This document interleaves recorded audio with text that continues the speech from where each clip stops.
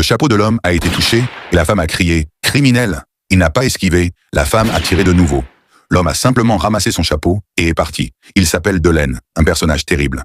Son père avait été traîné en justice et il est revenu en ville après 20 ans.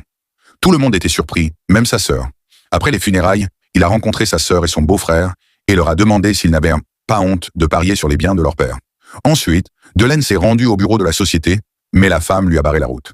« Si tu veux entrer, demande la permission. » Ceci est la propriété de Paris Delaine. C'est alors qu'elle réalisa que c'était désormais lui le propriétaire. Mais elle ne voulait pas céder l'endroit où elle gagnait de l'argent. Elle le menaça. « J'ai des hommes cruels qui ont des dagues, si tu insistes. » Il lui répondit. « Tu découvriras bientôt que je ne cède pas sous la pression. » Elle fut choquée et promit de quitter les lieux dans 2 heures.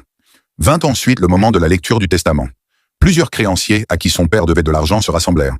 Ils voulaient récupérer leurs dettes auprès de l'héritier. L'héritage consistait en un morceau de terre, et sa sœur observait aussi, espérant une part. Toutefois, elle ne fut pas mentionnée. Lorsque Delaine hérita du terrain, tout le monde tenta de récupérer les dettes. Cet héritage était sa condamnation au sommeil éternel. Mais Delaine resta calme. Il prit simplement son sac, s'avança vers la table, puis la retourna. Des milliers de pièces tombèrent sur la table. Tout le monde fut stupéfait. « La dette de mon père est de 215 000 livres. Vous allez former une file ordonnée. »